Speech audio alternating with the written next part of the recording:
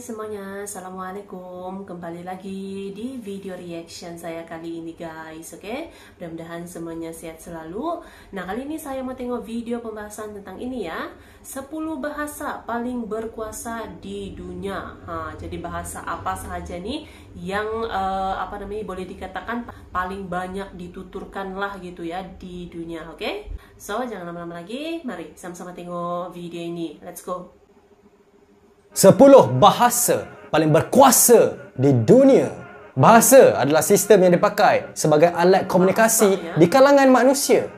Jadi pernah tak korang tertanya-tanya, bahasa apakah yang paling berkuasa dekat muka bumi ni? Video kali ni saya nak senaraikan 10 bahasa yang paling banyak dituturkan pada zaman ini.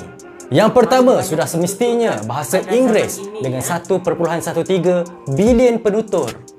Ia adalah bahasa paling banyak digunakan di dunia kerana kesan global England dan Amerika Syarikat dalam 3 abad yang lalu. Bahasa Inggeris bukan bahasa ibunda kebanyakan orang, tetapi ia adalah bahasa kebanyakan orang ingin belajar.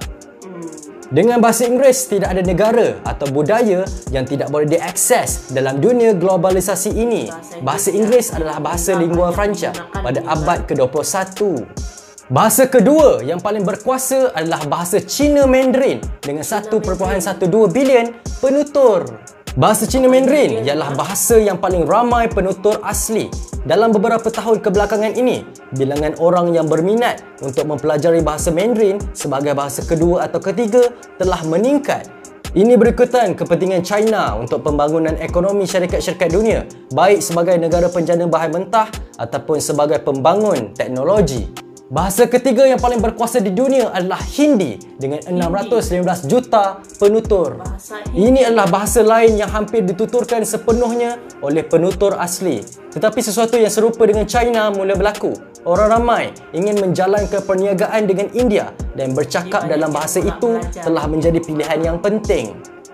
Walau bagaimanapun, apa yang berbeza dengan China adalah dekat India, hampir 350 juta orang dapat berkomunikasi secara basic dalam bahasa Inggeris dan 100 juta orang bercakap dengan fasih. Yang keempat adalah bahasa Sepanyol dengan 534 juta penutur. Bahasa Sepanyol dituturkan sebagai bahasa rasmi di Sepanyol di 19 negara di Amerika dan 1 di Afrika. Tetapi kesannya lebih jauh kerana penghijrahan. Sebagai contoh, dekat Amerika, lebih ramai penutur bahasa Sepanyol daripada dekat Sepanyol sendiri. Bercakap dalam bahasa Sepanyol telah membuka peluang kerjaya profesional secara meluas. Itulah sebabnya bahasa Sepanyol menjadi salah satu bahasa yang paling dikaji di dunia. Bahasa kelima yang paling berkuasa di dunia adalah bahasa Perancis dengan 280 juta penutur. Selama berabad-abad, bahasa Perancis dianggap sebagai bahasa seni dan budaya. Itu masih relatif dalam beberapa aspek dan bahasa ini boleh pergi dengan lebih jauh. Penutur bahasa Perancis merangkumi 29 negara di dunia tanpa mengira wilayah yang masih jajahan Perancis. Bahasa keenam yang paling berkuasa di dunia adalah bahasa Arab dengan 274 juta penutur. Bahasa Arab dituturkan di seluruh dunia Arab dan bahasa Arab diketahui di seluruh dunia Islam. Keindahan bahasa ini terus memukau ahli bahasa di seluruh dunia. Memandangkan ia mempunyai bunyi dan sebutan yang asing bagi dunia barat, sentiasa ada ketakutan untuk mendalami bahasa Arab. Walau bagaimanapun, ramai yang mula berminat mempelajari bahasa Arab kerana tertarik ingin berdagang dengan negara-negara Timur Tengah.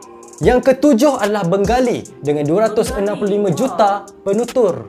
Bahasa ini juga antara yang terlama. Berasal lebih daripada 1000 tahun yang lalu dan merupakan sebahagian daripada subcabang Indo-Arya Timur.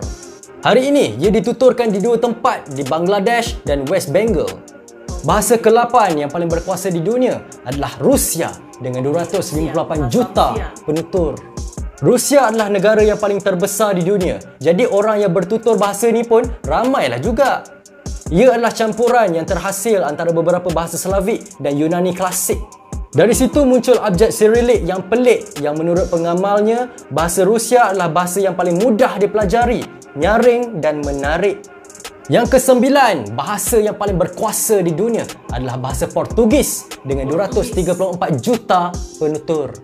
Portugis adalah bahasa romantik tersebar di seluruh dunia pada abad ke-15 dan ke-16 ketika Portugal mencipta empayar kolonial dan komersial dunia moden yang pertama dan paling lama hidup. Akibatnya, Portugis kini menjadi bahasa rasmi beberapa negara dan wilayah. Bahasa ke-10 yang paling berkuasa di dunia adalah bahasa Indonesia dengan 200 juta penutur. Walaupun majoriti penduduk Republik Indonesia pada masa ini adalah dua bahasa, bahasa Indonesia adalah bahasa ibunda mereka. Ia juga dituturkan di pelbagai bahagian di Malaysia dan Timor Leste. Walaupun Indonesia mempunyai rakyat yang ramai, ia digunakan lebih kerap di bandar Indonesia berbanding di luar bandar. Jadi itulah senarai 10 bahasa paling berkuasa di dunia. Cuba komen sikit di ruangan bawah agaknya bahasa mana yang korang betul-betul nak belajar. Kalau korang suka video ni, jangan lupa subscribe channel ni. Jangan lupa juga like, share dan komen. Berikan pendapat korang di ruangan bawah. Nama saya Ras Daniel. Terima kasih kerana menonton. Selamat tinggal. Jumpa lagi. Assalamualaikum. Ciao. Oke guys, jadi itulah dia video pembahasannya ini. Jadi itulah dia ya 10 bahasa yang paling berkuasa di dunia. Jadi maksudnya banyak dituturkan lah gitu ya. Seperti bahasa Inggris ya, bahasa Inggris kan hampir satu dunia gitu ya menggunakan bahasa Inggris. Ada bahasa Arab, ada bahasa Bengali, Portugis, bahasa Indonesia pun masuk juga ya dalam 10 bahasa paling berkuasa di dunia. Ya kita tahu lah gitu ya, penuturnya juga memang banyak. Oke, belum lagi yang belajar gitu ya, orang asing yang belajar bahasa Indonesia pun banyak juga gitu kan.